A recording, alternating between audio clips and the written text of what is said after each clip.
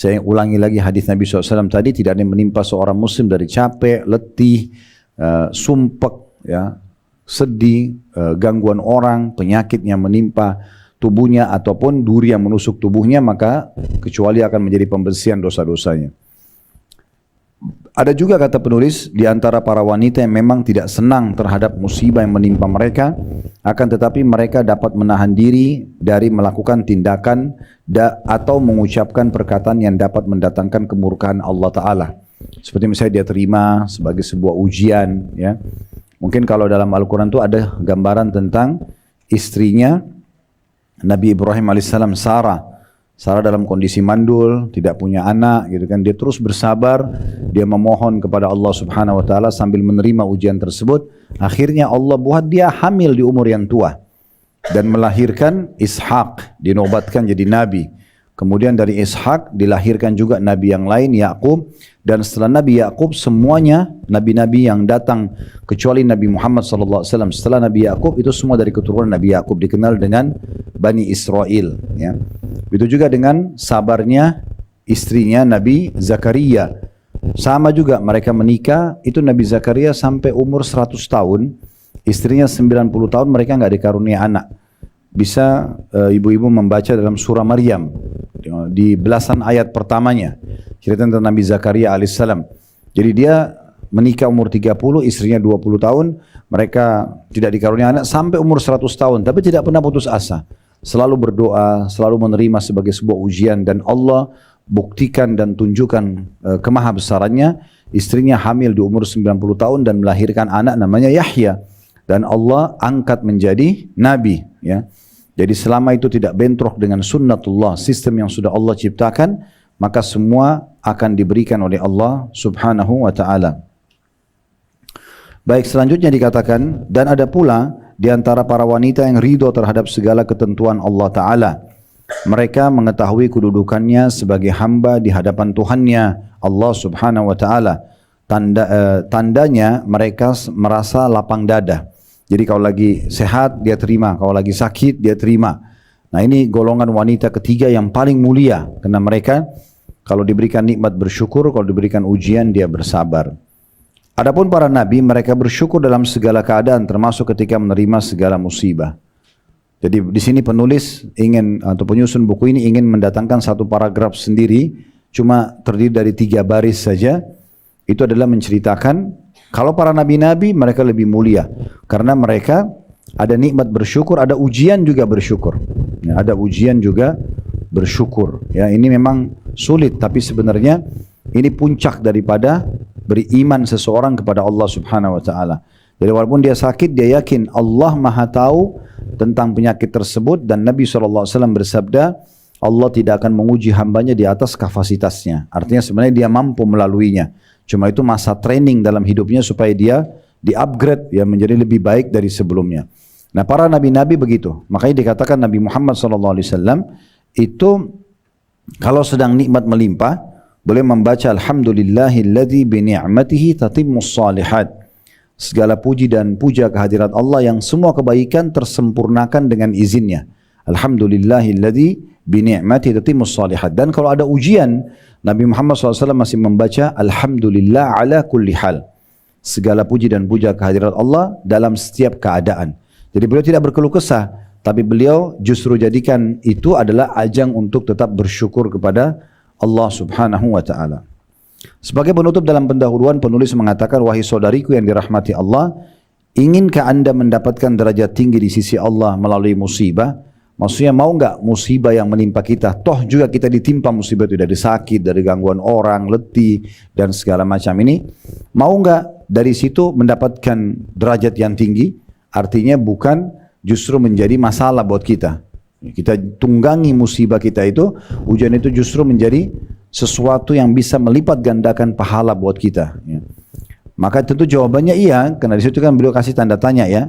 Ketika musibah menimpa seorang hamba, maka syaitan menghembuskan 2 senjata kepadanya, yaitu syahwat dan syubhat. Maka penangkalnya adalah kesabaran dan keyakinan. Kalau syahwat, keinginan untuk melakukan dosa, seperti misalnya ibu-ibu pernah lihat ada orang yang lagi suntuk, dia malah minum khamr, ya. dia malah narkotika misalnya. Nah itu kan berarti dibukakan oleh syaitan, mumpung dia lagi sumpek, dia lagi ada masalah, maka ditunggangi sama syaitan kegundahan dia itu untuk melakukan syahwat yang salah gitu ya. Atau syubhat itu seperti misalnya dia melakukan perbuatan-perbuatan yang dia anggap baik tapi salah, seperti dia pergi ke dukun, ya minta-minta sama peramal dan seterusnya ya. Maka penangkalnya adalah kesabaran dan keyakinan. Maksudnya justru jangan lakukan itu kecuali jadikan saja perangkat ini sederhana, sabar dan penuh keyakinan. Allah Maha melihat, Allah Maha mengetahui, dan setiap ujian Allah sudah kekalkan dalam Al-Quran, fa inna ma'al usri yusra. Di setiap kesulitan pasti ada kemudahan. Allah ulangi lagi, inna ma'al usri yusra. Di setiap kesulitan pasti ada kemudahan. Tidak mungkin tidak ada akhir daripada sebuah ujian tersebut. Kesabaran kata beliau akan menangkal syahwat, sedangkan keyakinan akan menangkal syubhat. Dan tidak mungkin keyakinan itu timbul kecuali dengan ilmu. Dan ilmu adalah bersumber dari Al-Quran dan hadis. Berarti kita bisa simpulkan sebenarnya dari apa yang dibacakan dalam pendahuluan ini, memang penulis akan fokus kepada bagaimana memberikan nasihat-nasihat yang baik kepada setiap muslimah yang sedang ditimpa ujian atau musibah. Bagaimana dia bisa menerima itu, bagaimana dia bersabar melalui prosesnya, dan apa saja yang akan mereka dapatkan dari kesabaran yang mereka lalui itu. Begini kurang lebih gambaran tentang masalah pendahuluannya. Kita akan masuk insyaAllah pada kesempatan ini. Ada bab pertama, beberapa hukum fikih berkaitan dengan wanita yang tertimpa musibah kematian keluarganya. Jadi kita akan mulai di bab 1 ini, bagaimana kalau ibu mengalami kematian orang-orang terdekat, suami, orang ayah, ibu, anak, saudari, bagaimana menghadapi musibah seperti ini. Karena kan bisa saja terjadi setiap saat pada setiap orang ya. Nah poin A-nya, hal-hal yang dilakukan ketika salah seorang dari keluarganya menghadapi sakaratil maut. Apa yang ibu harus lakukan kalau tiba-tiba ibu lagi di rumah, ada yang bersama kita di rumah, dia tiba-tiba lagi sakaratil maut. Apa yang harus dilakukan pada saat itu? Yang pertama, ibu fokus mentalkinnya atau mengajari orang yang sedang sakaratil maut dengan kalimat syahadat. Ya, asyhadu an la ilaha illallah wa asyhadu anna Muhammadar Rasulullah. Sehingga kalau dalam hidupnya orang yang akan meninggal ini ternyata ada yang membatalkan syahadatnya, mungkin dia buat kesyirikan, dia pernah bertutur kata kufur kepada Allah, keluar dari Islam, maka terbaharui Islamnya.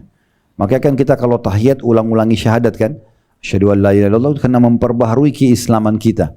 Khawatirnya jangan sampai ada dalam hidup kita yang terlintas. Sebagian ulama salaf ada yang menjadikan syahadat sebagai zikir mereka. Ya, hampir tiap hari mereka asyhadu an la ilaha illallah, asyhadu anna Rasulullah, jadikan zikir ya. Kalau tidak salah dinukil dari Ibnu Qayyim rahimahullah, waktu ditanya kenapa anda lakukan itu, dia bilang saya khawatir ada detik-detik hidup saya yang terlintas dalam sehari yang saya sedang hidup ini, itu yang saya melakukan kekufuran tanpa saya sadari, lalu saya meninggal sehingga akhirnya saya tidak masuk dalam surga. Kenapa saya tidak perbaharui syahadat saya misal ya, atau mungkin dengan mengucapkan talqin juga itu la ilaha illallah ya, la ilaha illallah diajarkan kepada si mayit sesuai dengan atau calon mayit maaf ya, diambil dari landasan hadis Nabi SAW yang beliau mengatakan laqinu mautakum la ilaha illallah, ajarkanlah kalimat la ilaha illallah kepada orang yang akan meninggal dunia di antara kalian. Sebagaimana dijelaskan ada footnote nomor 2 HR Muslim, yaitu hadis riwayat Muslim nomor 916, Abu Daud 3101, Tirmidzi 983, An-Nasai jilid 4 halaman 5, Ibnu Majah nomor 1445. Nah kalau misalnya ibu sedang menghadapi ada orang yang lagi butuh talqin, walaupun bukan kerabat kita, ibu lagi main ke rumah seorang teman, ternyata ibunya lagi menghadapi sakaratul maut, ibu lagi di pesawat misalnya, ada orang yang duduk di sebelah ibu, tiba-tiba dia ngos-ngosan nafasnya, kelihatan orang ini akan meninggal, maka sunnah Nabi SAW ibu bantu dia talqin, bilang la ilaha illallah, ucapin. Kalau dia sudah ucapkan sekali saja nggak perlu diulangi, sudah cukup dengan kalimat itu dia ucapkan sekali. Dan kata Nabi SAW, man kana akhiru kalamihi la ilaha illallah dakhalal jannah, siapa yang akhir kalimatnya la ilaha illallah sebelum meninggal, maka dijamin dia masuk ke dalam surga ya. Tapi perlu saya ingatkan kembali ibu-ibu sekalian, jangan Hadis-hadis seperti ini kemudian ditunggangi melalui bisikan syaitan ke benak kita agar kita memudah-mudahkan permasalahan. Oh, kalau ucapin la ilaha illallah di akhir hidup masuk surga, ya udah, sekarang enggak apa-apa deh, tinggalin semua kewajiban, nanti aja kalau mau mati baru ucapin. Permasalahannya kata ulama, siapa yang Allah berikan taufik untuk ucapin la ilaha illallah? Itu adalah orang yang memang semasa hidupnya memang sangat yakin dengan kalimat ini dan sering mengucapkannya. Memang dia jadikan zikirnya, memang dia yakin dengan kalimat itu, dia betul-betul faham la ilaha illallah artinya la ma'budu bihaqqin illallah, tidak ada Tuhan, tidak ada pencipta, tidak ada pemilik, tidak ada yang menghidupkan, tidak ada yang mematikan, tidak ada yang menyembuhkan penyakit, menurunkan hujan kecuali Allah, dan dia hanya takut dan memohon kepada Allah. Nah, orang-orang seperti ini akan mudah mengucapkan la ilaha illallah. Berapa banyak orang justru tersibukkan dengan hal-hal yang lain yang pada saat dia menghadapi sakaratil maut, dan itu sayang sekali. Ya, ini sayang sekali. Dan kalimat la ilaha illallah memang punya bobot yang sangat tinggi, ibu-ibu sekalian. Sebagaimana hadis Nabi SAW, kata Nabi, nanti akan datang orang hari kiamat, banyak sekali dosanya. Didatangkan kepadanya 99 buku amal, satu buku seluas pandangan mata. Semuanya berisikan dosa. Jadi satu buku seluas pandangan mata, semuanya isinya dosa, dan ada 99 buku. Nah ini kalau dilihat secara kasat mata, ini Pak akan masuk neraka. Karena amalnya tidak sebanyak itu. Ya. Maka Allah subhanahu wa ta'ala berfirman kepada hamba tersebut, apa kau akui semua ini? Dia bilang iya. Oleh karena itu ibu-ibu harus faham, di hari kiamat nanti kalau saat kita dibangkitkan, kalau Allah bertanya kepada kita, apa kau kerjakan, apa kau lakukan, jangan bantah. Iya, dari sekarang kita sampaikan, karena memang ada hadis itu ya, kata Nabi SAW, tidak akan celaka kecuali orang yang membantah. Enggak, saya enggak lakukan, enggak, saya, walaupun malaikat ya sudah mengatakan ini sebagai saksi, buku amal jadi saksi, mungkin tempat tidur yang dia pakai, mungkin ini semua jadi saksi, dia tidak percaya. Sampai kata Nabi SAW, ada orang hari kiamat nanti semua tidak dipercaya sama dia, termasuk malaikat, termasuk buku amal, semua tidak dipercaya sama dia. Allah bilang, siapa yang kamu percaya? Dia bilang, diri saya sendiri. Maka Allah kunci mulutnya, lalu Allah buat matanya menceritakan tentang perbuatannya, telinga berbicara tentang apa yang didengar, tangan apa yang dijamah, kaki apa yang melangkah, dan seterusnya. Maka setelah itu Allah buka mulutnya, lalu Allah kekalkan dalam Al-Quran, Allah izinkan dia berbicara. Setelah itu dia bilang sama dirinya sendiri, lima syahidtum alaina, kenapa kalian menjadi saksi buat diri sendiri? Maka tubuhnya berbicara semuanya, antaqanallahu alladhi antaka kulla syai'. Allah lah yang telah membuat kami bisa berbicara sebagaimana Allah membuat segala sesuatu yang bisa berbicara. Jadi orang tidak boleh membantah pada saat hari kiamat itu. Kita lakukan, kita akui, ya saya lakukan. Sama di alam manusia sebenarnya, kalau kita lagi buat salah lalu kita mengatakan, iya memang saya salah, maafin. Pasti memang berat awalnya, tapi akan selesai permasalahannya daripada kita memungkiri, kan gitu. Nah nanti hari kiamat ada orang tadi dikasih 99 buku, semuanya satu buku itu seluas pandangan mata dia, semuanya berisikan dosa. Allah tanya, ada enggak yang kau pungkiri di sini? Dia bilang tidak ada. Apakah para malaikat pencatat amal yang saya tugaskan mencatat ini telah mendolimi kamu? Ada enggak dari semua laporan ini kamu tidak pernah dilakukan? Dia curang. Kata orang tersebut, tidak ada ya Allah. Benar semuanya. Dia akui gitu. Karena dia tahu malaikat enggak mungkin bohong. Maka Allah berfirman kepadanya, apa kau punya amal yang bisa mengalahkan dosa-dosamu ini? Dia bilang, amal apa? Dengan 99 buku, semuanya penuh dengan dosa begini. Maka kata Allah SWT kepada dia, hari ini kau tidak akan dizalimi. Lalu dikeluarkan sebuah kartu, tulisannya, la ilaha illallah Muhammad Rasulullah. Lalu ditaruh di timbangan amal solehnya, maka semua 99 buku itu terlempar, menjadi ringan. Karena beratnya kalimat la ilaha illallah. Oleh karena itu kalimat ini sangat berbobot. Tapi ibu harus faham maknanya. Renungi, kan gitu. La ilaha illallah, tidak ada Tuhan yang berhak disembah kecuali Allah. Kita yakin dalam hati, jadi tidak boleh minta kepada Tuhan-Tuhan lain dan yakin ada Tuhan lain. Renungi dengan fikiran, lalu aplikasikan dengan anggota tubuh. Semua yang kita kerjakan yang dibolehkan, yang kita nikmati yang dihalalkan, dan yang diharamkan semua kita tinggalkan. Nah itu aplikasinya, maka ini akan memudahkan nanti kita untuk bisa mengucapkan kalimat ini di akhir. Yang kedua ibu harus lakukan, menghadapkan dia ke kiblat. Di mana arah kiblat? Arahkan wajahnya ke arah kiblat. Ya. Hal ini kata penulis berdasarkan hadis Yahya bin Abdullah bin Abi Qatadah. Ada putut nomor 3, diriwayatkan oleh Al-Hakim jadi 1 halaman 353, Al-Baihaqi jadi 3 halaman 384, Dan hadis ini hasan di ghairihi atau menjadi hasan karena dikuatkan dengan riwayat-riwayat lain. Ini termasuk dianjurkan untuk menghadapkan wajahnya ke kiblat, baik dia sebelum meninggal ataupun dia sudah meninggal, ya. Kemudian yang ketiga, memejamkan mata mayit kalau dia sudah meninggal dunia. Rasulullah SAW bersabda, Innar ruha idha qubida tabi'ahul basar. Sesungguhnya jika ruh dicabut, maka pandangan mata akan mengikutinya. Hadis riwayat Muslim nomor 920 dan Abu Daud 3102 secara ringkas.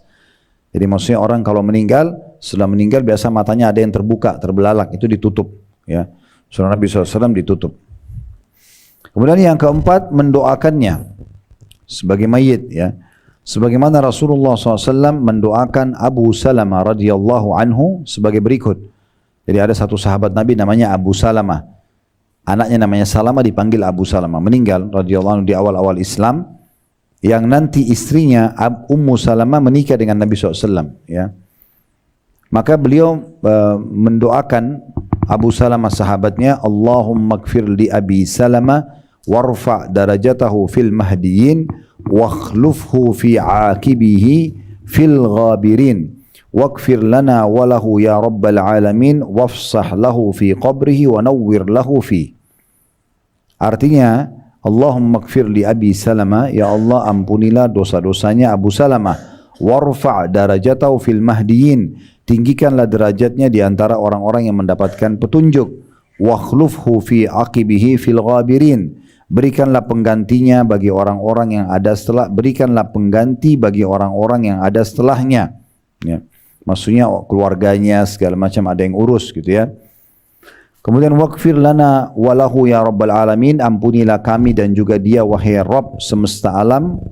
Wafsah lahu fi qabri, luaskanlah kuburannya, wa nawwir lahu fi, dan terangilah ia di dalam kuburan itu. Nah, dari doa Nabi Muhammad SAW ini, Bu, berarti kita bisa ambil pelajaran. Kita dianjurkan memohon hal-hal ini untuk si mayit. Belum hafal dalam bahasa Arab, kalau ingat terjemahannya, diingat saja terjemahannya. Yang paling dibutuhkan untuk orang yang meninggal adalah mohon pengampunan dari semua dosa yang pernah dia lakukan. Maka kita baca Allahumma gfir, ya. Kemudian juga kita dianjurkan untuk mendoakan agar Allah tinggikan derajatnya. Serta yang ketiga, supaya ada orang yang mengurus keluarganya yang ditinggal. Yang keempat, diulangi lagi minta pengampunan dan diikuti dengan semoga Allah luaskan kuburannya. Jadi memang kuburan itu kan 1x2 meter kita lihatnya, tapi itu di alam kita yang masih hidup. Kalau orang sudah meninggal, maka dalam sebuah hadis yang sahih riwayat Bukhari Muslim dijelaskan, kalau kuburan orang beriman itu akan diluaskan seluas pandangan mata dia. Dan dia akan melihat surganya sampai ke badannya bau wanginya, dan dibentangkan untuknya perbanai dari surga. Maka jadilah kuburannya taman dari taman surga. Mungkin kita tidak bisa lihat, tapi seperti itulah keadaan yang disampaikan dalam agama kita. Sebaliknya kalau orang kafir atau orang fasik, munafik, ini mereka justru disiksa dengan dinding kuburannya menghimpit tubuhnya sampai tulang rusuknya bersatu satu sama yang lain, dan Nabi SAW berikan isyarat dengan menyatukan jari jemari beliau. Ya, ini keadaan kuburan yang digambarkan kepada kita. Kemudian yang dimaksud dengan dan terangilah ia di dalamnya, maksudnya diterangi dengan cahaya amal solehnya. Nanti yang ibu lakukan, ibu zikir, ibu sholat, ibu sedekah, ibu hadir majelis ilmu begini, apa saja ibu lakukan, itu nanti datang di kuburan dalam bentuk wujud makhluk yang bersih, yang bercahaya, yang wangi. Sampai dalam hadis Bukhari, mayit ini akan bilang, siapa kamu ini, sungguh sempurna ciptaan Allah dalam dirimu. Dia mengatakan, saya amal soleh yang akan menemani kau sampai hari kiamat nanti. Kemudian yang kelima, setelah mendoakan, menutup seluruh badannya. Diriwayatkan dari Aisyah radhiyallahu anha bahwa ketika Rasulullah SAW wafat, maka jasad beliau ditutupi dengan kain bergaris dalam kurung buatan Yaman. Hadis riwayat Bukhari nomor 1241 dan Muslim 942, dan lafaz ini adalah lafaz Imam Muslim. Jadi maksudnya ditutup dengan kain, ini sebelum kain kafan ya, ini awal meninggal. Supaya ditutup seluruh tubuhnya termasuk bagian wajahnya. Termasuk bagian wajah. Ini sunnah yang dilakukan dan para sahabat melakukan pada jenazah Nabi Muhammad alaihi salatu wassalam. Kemudian yang keenam, segera mengurusi pemakamannya. Jangan ditunda-tunda, apalagi dibuat nginap sampai berhari-hari. Ya, ini tidak boleh kita menghadapi mayit seperti atau membawa perasaan kita. Ada syariat yang mengatur. Mayit itu sudah tidak mau tinggal di rumah itu lagi. Dia berharap segera dibawa ke kuburan. Ya, dengarkan hadis ini. Kata Nabi SAW dalam hadis riwayat Bukhari, ada footnote di situ ya, nomor 6, hadis riwayat Bukhari nomor 1315 dan Muslim 944. Asri'u bil janazati fa in taku salihatan fa khairun tuqaddimunaha wa in yaku siwa dzalika fa syarrun tada'unahu ala riqabikum. Segeralah atau bersegeralah untuk mengurus jenazah. Hari itu mati, hari itu dimandikan, dibersihkan tubuhnya, dikafan, dikubur. Gitu kan? Bahkan di masa Nabi SAW banyak jenazah dikubur di malam hari. Mereka meninggal saat itu, mereka langsung dimandikan, mereka dikuburkan. Jadi nggak tunggu anaknya dulu, nggak tunggu orang tuanya, nggak tunggu saudaranya. Ada yang datang dari Amerika, datang dari Eropa, akhirnya berhari-hari ditahan si mayit tersebut. Ini melanggar syariat Allah Subhanahu wa Ta'ala. Ya, kadang-kadang orang bilang supaya nanti lihat terakhir kali, kan sudah sering lihat, gitu kan? Dan keyakinan seorang Muslim tidak usah khawatir. Mati itu, ibu-ibu sekalian, dalam Islam adalah awal segalanya. Kita tidak mungkin melihat surga hasil balasan amal soleh kita. Ya, dan kita bertemu dengan Tuhan kita Allah yang selama ini kita imani. Kita juga bertemu dengan Rasulullah SAW yang selama ini kita ikuti ajarannya kecuali melalui kematian. Ya, melalui kematian. Makanya seorang salaf pernah menasihatin temannya, ya teman dekatnya, Makhul namanya salaf ini atau seorang tabi'in, dinasihati oleh tabi'in yang lain. Ya, temannya mengatakan, apa kau ingin masuk surga? Maka kata Makhul, tentu saja. Siapa yang tidak ingin masuk surga? Maka kata temannya, kalau gitu cintailah kematian dan sadari dia akan datang, karena kau tidak akan masuk surga kecuali kau meninggal dulu. Jadi kita tidak perlu khawatir dengan kematian, karena mati itu sebenarnya bagi orang Muslim awal segalanya. Kalau orang kafir, dia akhir segalanya. Ya.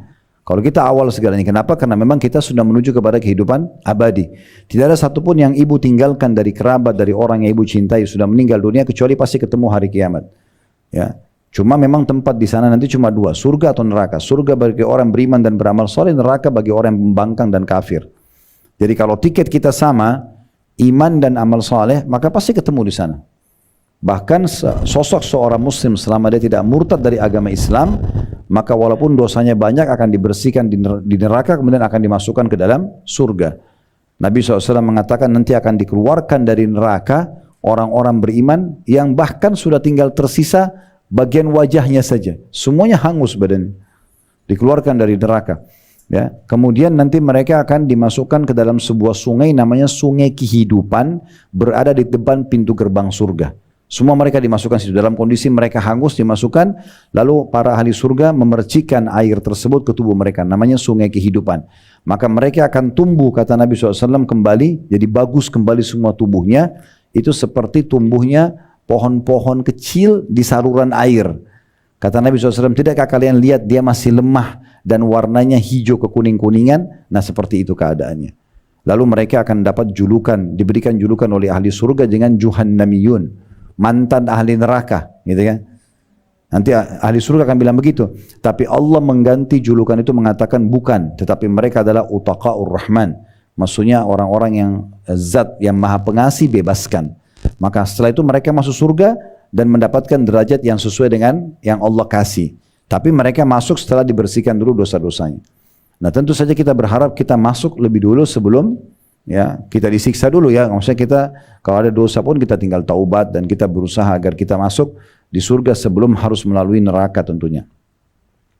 Jadi kita harus segera mengurus jenazah tersebut. Kata Nabi SAW, bersegeralah mengurus jenazah. Jika jenazah itu termasuk orang yang saleh, maka bersegera itu suatu kebaikan yang kalian persembahkan kepadanya.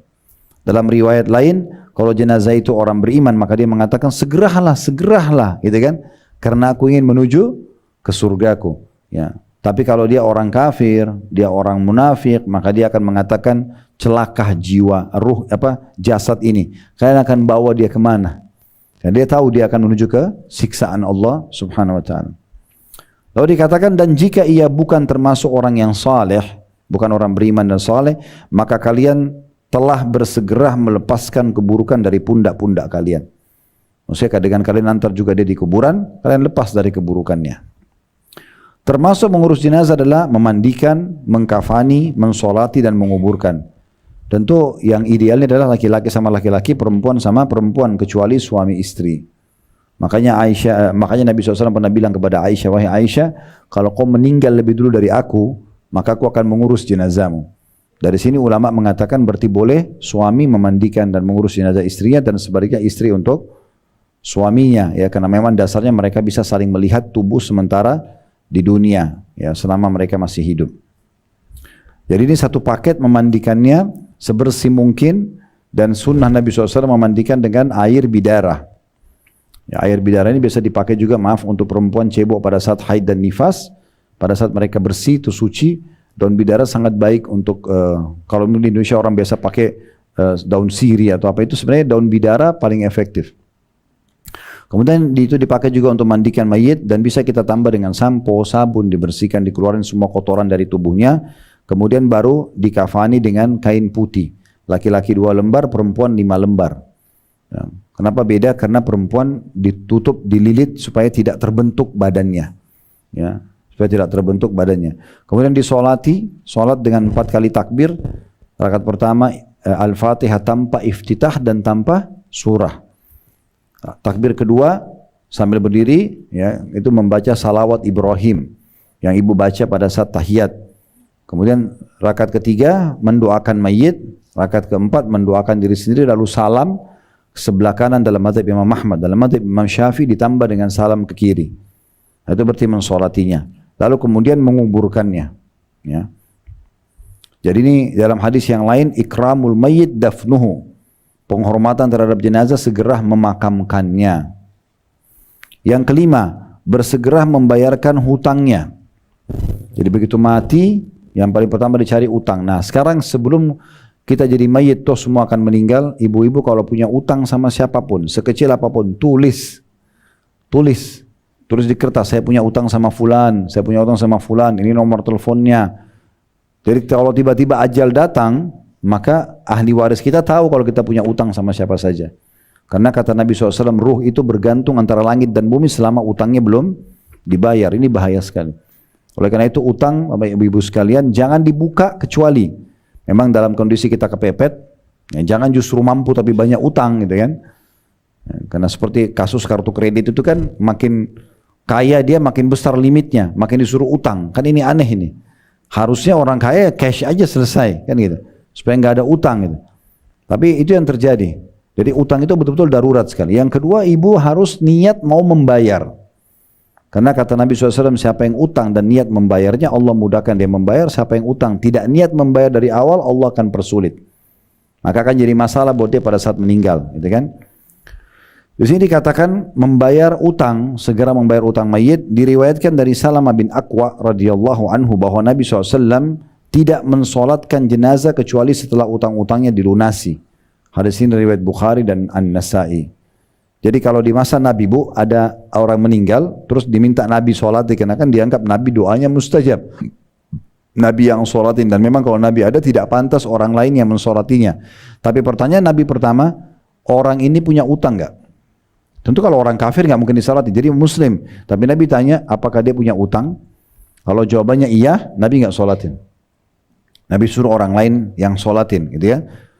Kecuali ada yang menjamin, ada yang mengatakan, sudah saya yang tanggung ya Rasulullah. Pernah ada satu jenazah, Nabi mau sholatin, Nabi bilang, ada utang nggak? Ada yang bilang di belakang jemaah, iya ada utangnya 2 dirham.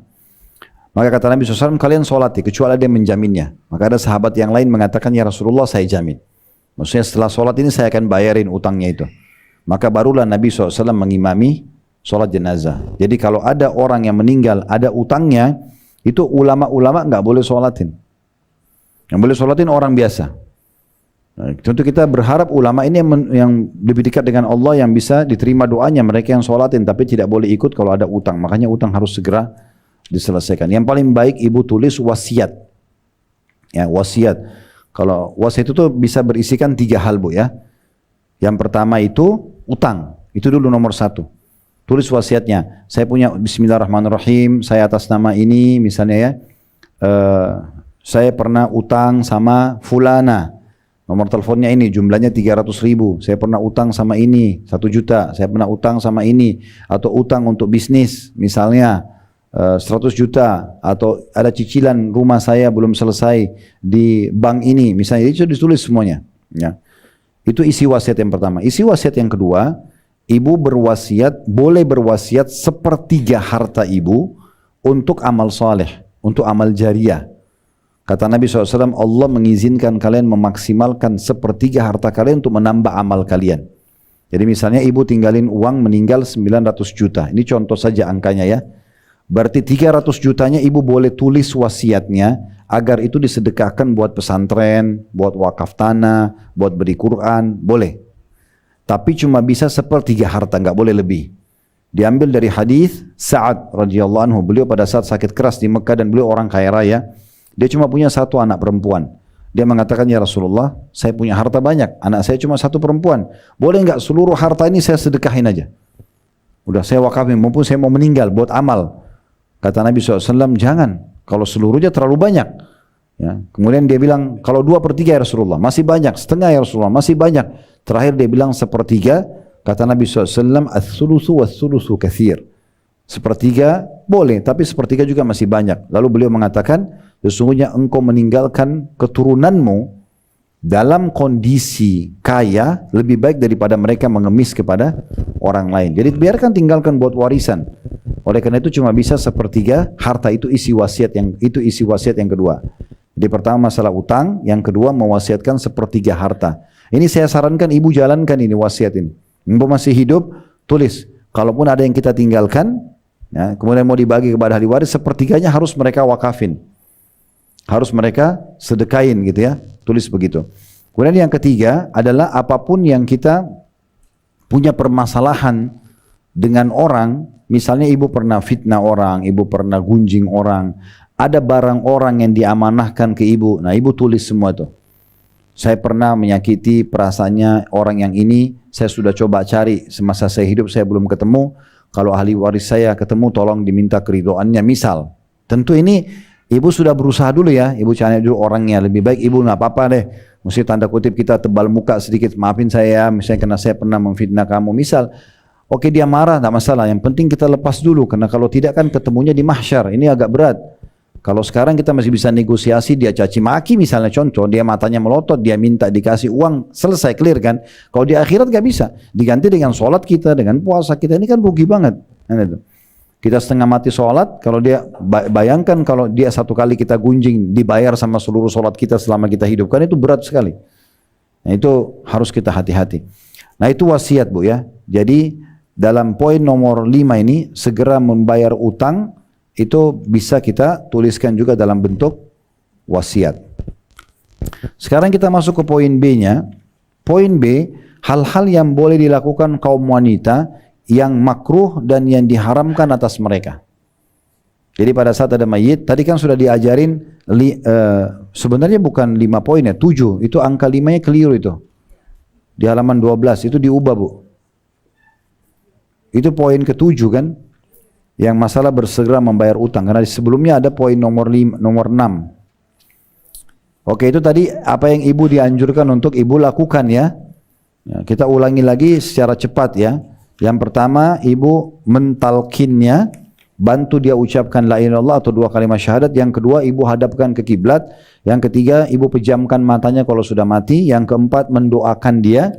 Kalau tidak hafal dalam bahasa Arab bisa bahasa Indonesia. Intinya doakan. Yang paling dibutuhkan adalah pengampunan dosa. Ya. Kemudian yang kelima, menutup seluruh badannya, termasuk mukanya, sambil mungkin nunggu ada kerabat yang lain datang. Yang keenam, segera mengurusi pemakamannya dan jenazahnya. Maksud dalamnya adalah memandikan, mengkafani, dan juga mensolati serta menguburkannya. Yang ketujuh, bersegera membayar utangnya, dan bisa tadi saya bilang ditambah dengan wasiat. Ya. Baik, sekarang kita masuk poin B, tentang masalah hal-hal yang dibolehkan dilakukan kaum wanita yang makruh dan yang diharamkan atas mereka. Jadi ada 3. Apa yang ibu boleh lakukan, apa yang ibu makruh lakukan, lebih baik tidak dikerjakan, tapi kalau dikerjakan tidak dosa, dan mana yang ibu haram untuk kerjakan. Baik, di poin nomor 1, bolehnya membuka wajah jenazah dan menciumnya. Ini berarti boleh. Sebagaimana yang dilakukan Abu Bakar radhiyallahu anhu ketika mencium Nabi SAW setelah wafatnya. Ini hadis Bukhari, An-Nasai dan Ahmad. Jadi mencium jenazah tersebut, misalnya laki-laki sama laki-laki, perempuan sama perempuan, mengecup keningnya misalnya ya. Atau perempuan dan laki-laki yang memang dasarnya selama di dunia mereka boleh sentuhan. Ibu sama anak, ya mahram lah ya, atau suami istri. Tapi kalau selain itu tentu tidak dibolehkan. Kemudian yang kedua, diperbolehkan menangis selama tidak berteriak. Nanti sini air mata mungkin karena tidak bisa tahan perasaan kita. Atau tidak boleh juga marah atas takdir Allah. Kenapa dia yang mati? Kenapa anak saya mati? Kenapa bukan anaknya tetangga? Kan tidak mungkin. Ya Allah sudah takdirkan begitu ya. Dan tidak pula memukul wajahnya atau yang seumpamanya. Saya tidak tahu di Indonesia ini ada yang kerjakan atau tidak, tapi di negara Arab biasa gitu ya. Kalau ada wanita itu yang mereka sedih, yang belum paham agama, mereka pukul-pukul pipinya. Ya, sebagai bentuk kayak orang demo sedih ya gitu, seperti itu. Nah itu tidak dibolehkan. Beranjak daripada Rasulullah SAW pernah menangis pada saat putranya yang bernama Ibrahim. Nabi Muhammad SAW punya berapa putra?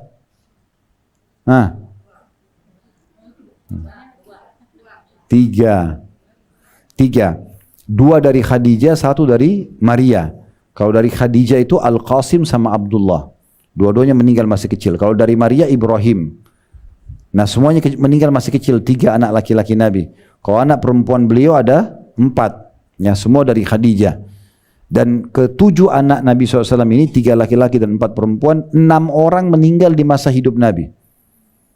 Jadi makanya kata Nabi SAW, kalau ada kalian sedang menghadapi musibah dan kalian anggap besar, ingatlah musibahku, maka musibah kalian akan kecil. Istrinya meninggal di masa hidupnya Khadijah, gitu kan? Kemudian pada saat hijrah ke Madinah, semua harta Nabi di Mekah dirampas oleh Quraisy. Jadi Nabi berangkat ke Madinah nggak punya apa-apa sama sekali. Padahal di Mekah termasuk miliardernya Mekah lah, orang kayanya Mekah, gitu kan? Rumah beliau sama Khadijah itu diambil oleh sepupu beliau sendiri dan diperjualbelikan. Makanya waktu pembebasan kota Mekah ada sahabat yang bilang, ya Rasulullah, tidak anda kembali ke rumah anda? Rumahnya sama Khadijah. Nabi SAW mengatakan, tidak ada yang ditinggalkan ya oleh mereka, sudah dijual semuanya gitu. Ya, jadi Nabi SAW di sini menerima ya keputusan Allah Subhanahu Wa Taala dengan meninggalnya juga anak-anaknya setelah itu. Meninggal pamannya, meninggal anak-anaknya, dan anak-anak bayangkan 7 anak, 6 meninggal. Tinggal Fatimah saja. Dan Fatimah ini meninggal 1 tahun setelah meninggalnya Nabi SAW. Itu musibah yang berat. Beliau jelas orang yang terhormat di Mekah, beliau jelas orang yang jujur, tidak pernah dusta seumur hidupnya, tapi dilempar, dinyatakan dia pendusta, dinyatakan dia penyamun, penyihir. Jadi ujian yang sangat berat. Nabi SAW itu kalau ditimpa penyakit, 2 kali lipat dari kita. Jadi kalau demam kita yang paling tinggi 40 ya. Saya kalau 40 sudah dirawat kan.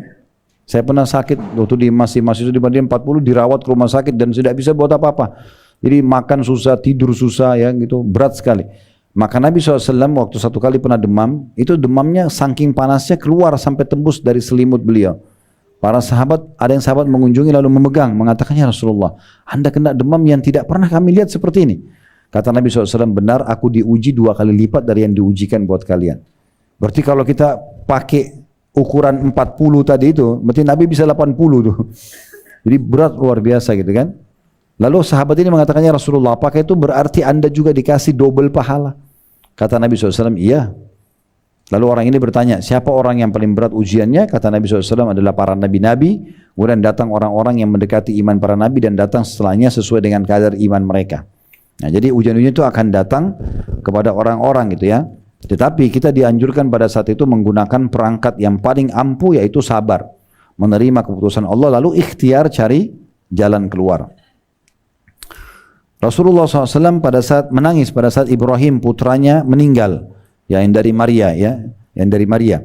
Kemudian beliau SAW bersabda, innal aina tadma'u wal qalba yahzanu wa la naqulu illa ma yarda rabbuna wa inna bifirakika ya Ibrahim la mahzunun. Sesungguhnya air mata bercucuran dan hati bersedih, akan tetapi kami sama sekali tidak akan mengatakan sesuatu apapun kecuali yang diridhoi oleh Rabb kami. Wahai Ibrahim, sesungguhnya kami sangat sedih berpisah denganmu. Hadis riwayat Bukhari nomor 1303. Berarti Nabi SAW ya, menangis melihat anaknya. Tapi waktu itu digambarkan dalam beberapa riwayat air mata Nabi netes saja. Nabi nggak keluarin suara sama sekali. Dan beliau mengucapkan kata-kata ini, kami sedih kau meninggal hai Ibrahim, tapi lisan kami tidak akan mengucapkan kecuali yang Tuhan kami ridho. Maksudnya kita terima ini sebagai sebuah keputusan. Ingat, kita di dunia ini hanya punya status. Kita bukan pemilik yang sebenarnya. Saya misalnya sama teman-teman laki-laki semua yang punya anak, kita cuma punya status ayah, bukan pemilik anak itu. Karena tidak pernah kami bisa tentukan mau laki-laki atau perempuan, mau tebal rambutnya atau tipis, mau matanya besar atau kecil. Begitu juga dengan ibu-ibu, statusnya status ibu, bukan pemilik anak itu. Pemilik sebenarnya adalah Allah. Allah menitipkan ke rahim ibu, lahirlah, dan kita tidak pernah tahu anak itu cacat atau normal, anak itu laki-laki atau perempuan. Nanti setelah dicek mungkin 4 bulan, 40 hari baru bisa dicek jenis kelaminnya. Tapi sebenarnya kita tidak pernah tahu, kan gitu. Kita cuma laki-laki diberikan sperma, perempuan diberikan sel telur, lalu ketemu, bisa hamil bisa tidak, sesuai dengan takdir Allah Subhanahu wa taala. Jadi kita bukan pemilik. Makanya jangan berlebihan dalam sedih, gitu kan?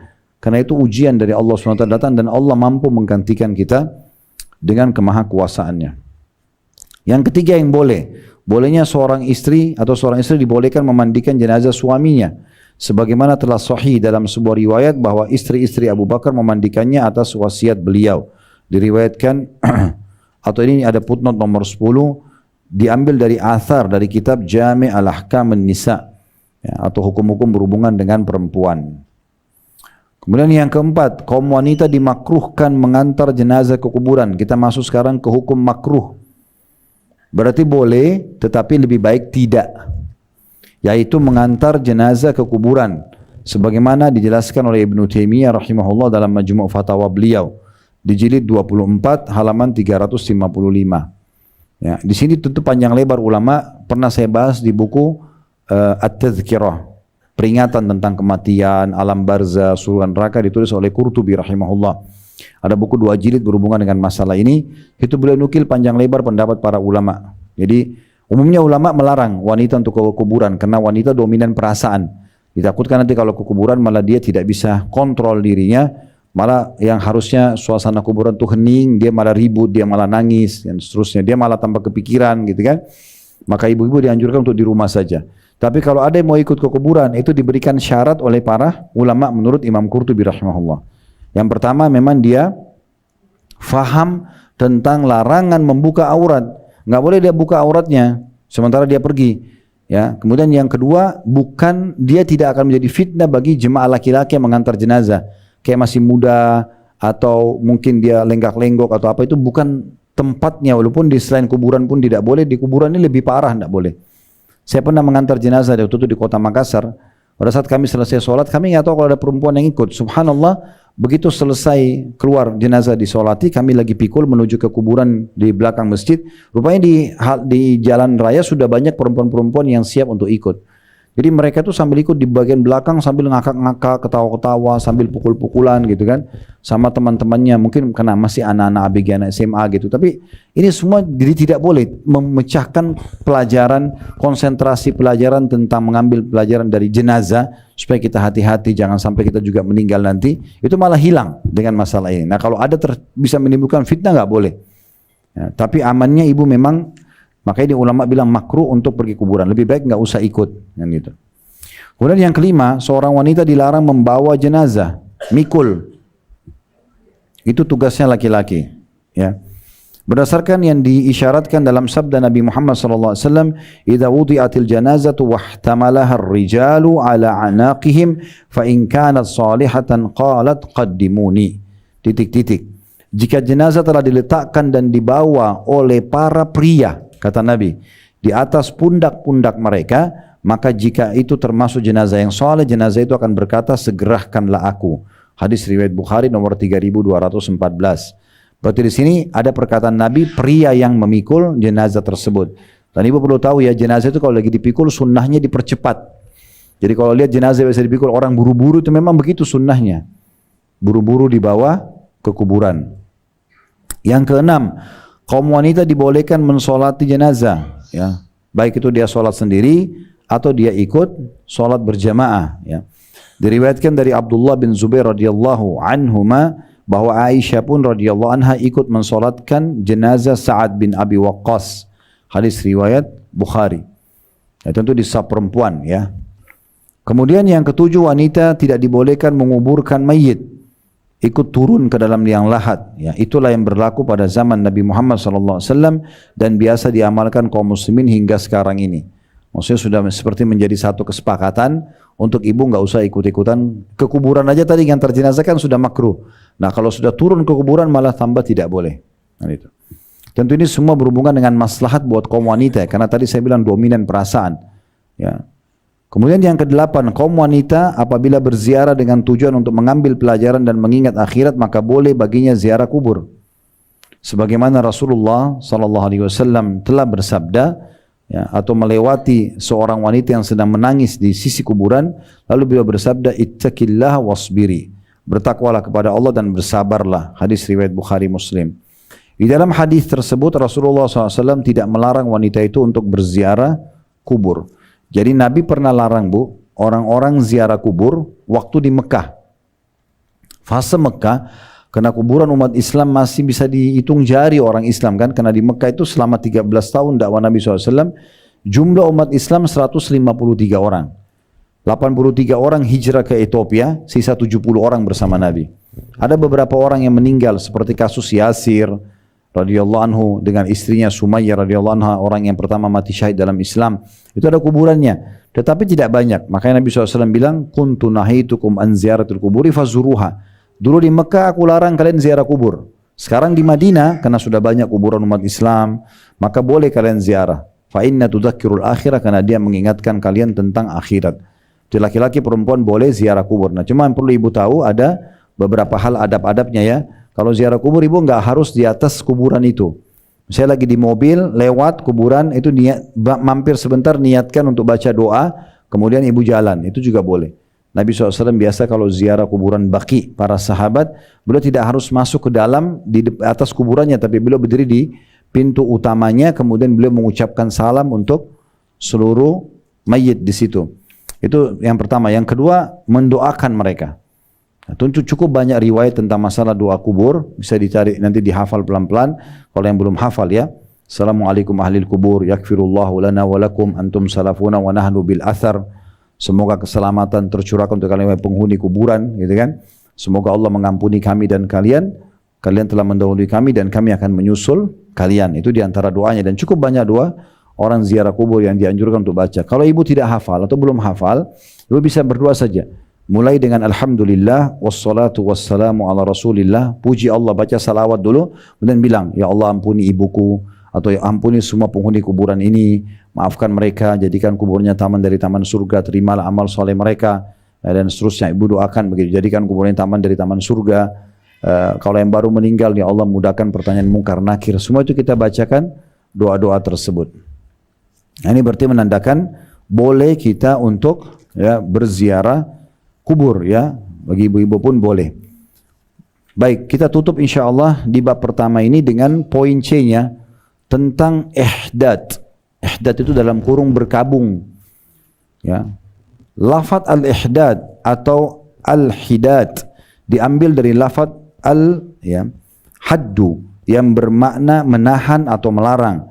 Karena pada saat itu seorang wanita dilarang berhias, menggunakan wangi-wangian, dan dilarang dari semua hal yang menarik seseorang untuk melamarnya, juga menjauhi hal-hal yang mengundang laki-laki berkeinginan jima dengannya.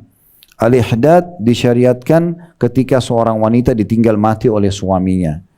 Jadi kalau ada seseorang suaminya meninggal di antara muslimah, maka dia harusnya berihdad.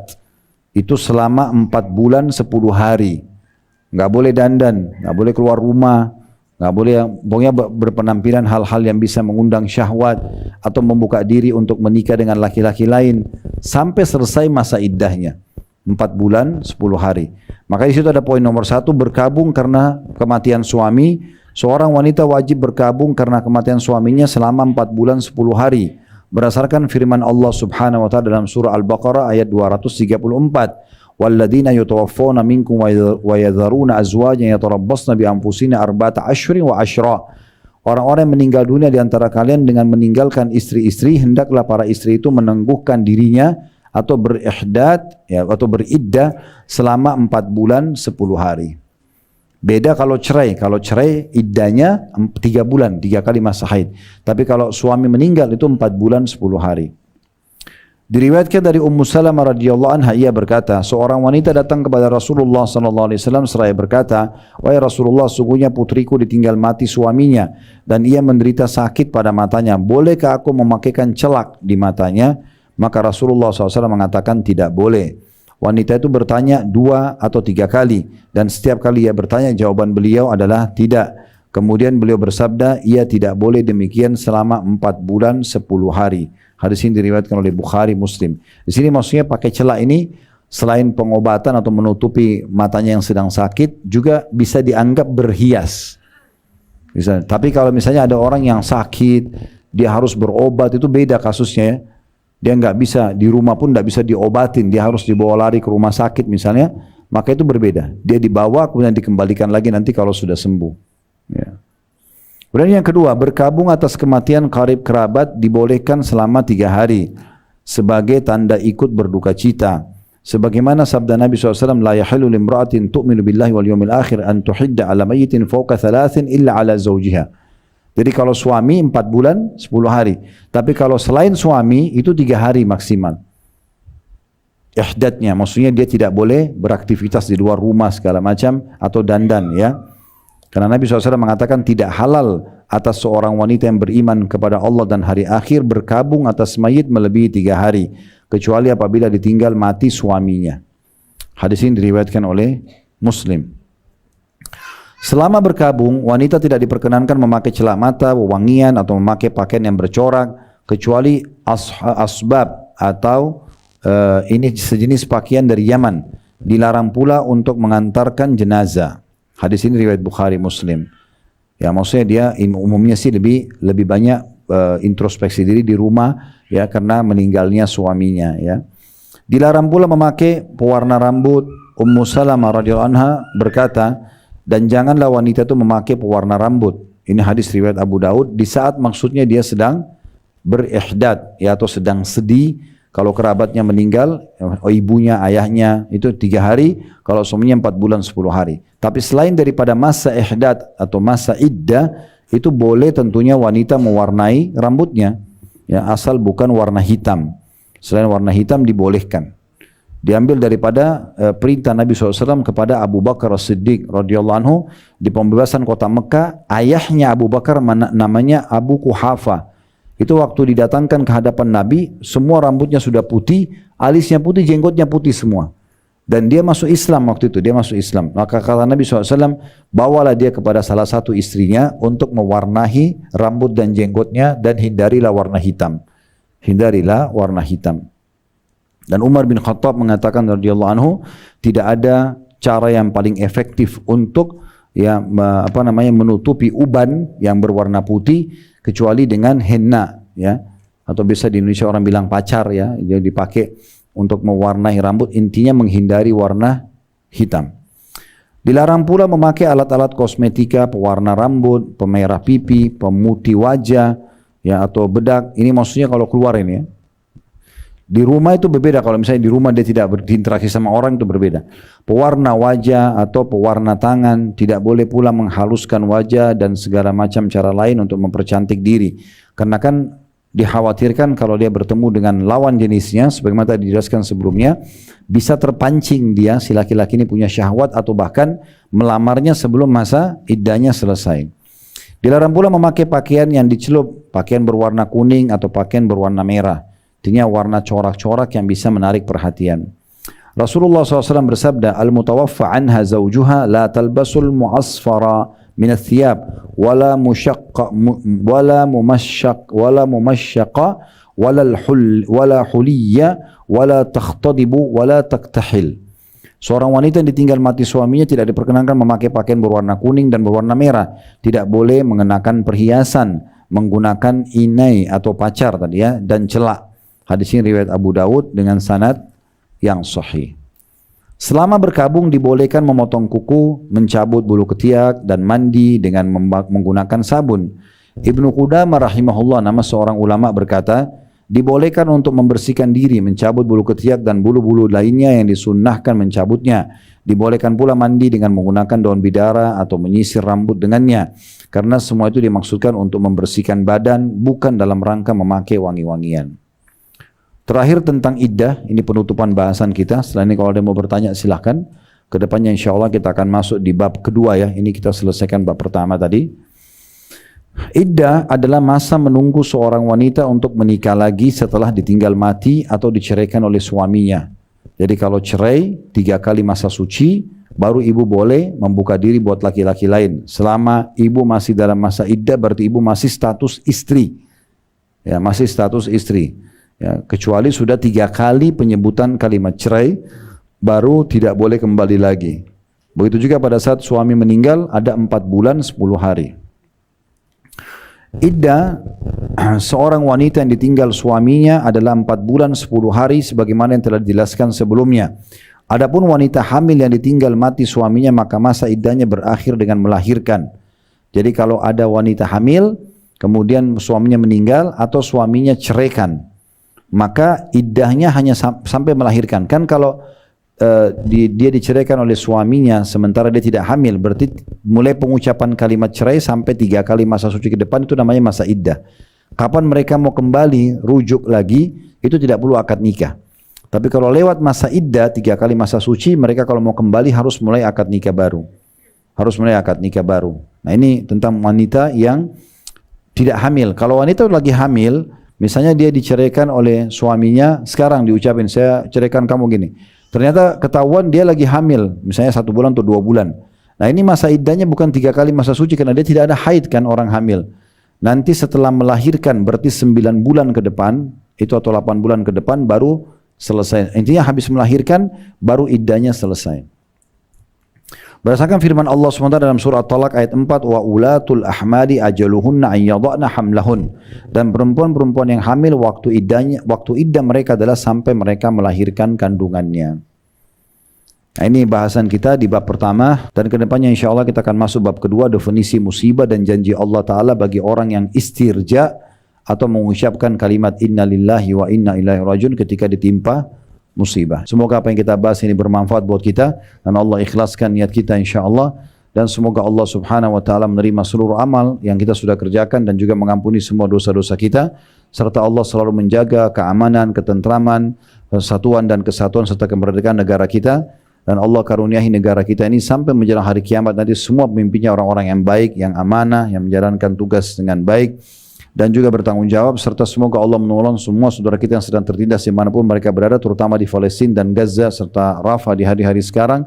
Semoga Allah ikhlaskan niat mereka, terima para syuhada mereka, mulakan Islam di tangan mereka dan tangan kita semua, dan semoga Allah ikut sertakan kita bersama mereka di pahala, baik dengan doa, dengan harta, juga dengan jiwa kita, dan semoga Allah dengan kemahamurannya menyatukan kita semua di surga Firdausnya tanpa hisab, mana disatukan dalam majlis ilmu yang mulia ini. Wa sallallahu ala nabiyina Muhammadin wa alihi wa sahbihi wa sallam, wa akhiru da'wana alhamdulillahi rabbil alamin. Subhanakallahumma bihamdika asyhadu an la ilaha illa anta astaghfiruka wa atubu ilaik. Wassalamualaikum warahmatullahi wabarakatuh.